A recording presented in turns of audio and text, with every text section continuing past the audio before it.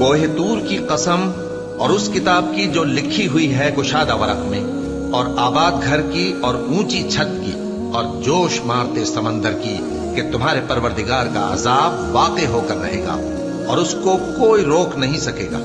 جس دن آسمان لرزنے لگے کپ کپا کر اور پہاڑ سچ مچ اڑنے لگے، تو اس دن جھٹلانے والوں کے لیے خرابی ہوگی جو بیکار باتوں میں پڑے کھیل رہے ہیں۔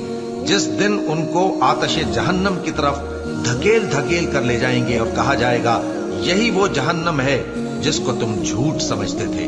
تو کیا یہ جادو ہے یا تم کو نظر ہی نہیں آتا؟ اس میں داخل ہو جاؤ اور صبر کرو یا نہ کرو، تمہارے لیے یکساں ہے۔ جو کام تم کیا کرتے تھے یہ انہی کا تم کو بدلہ مل رہا ہے۔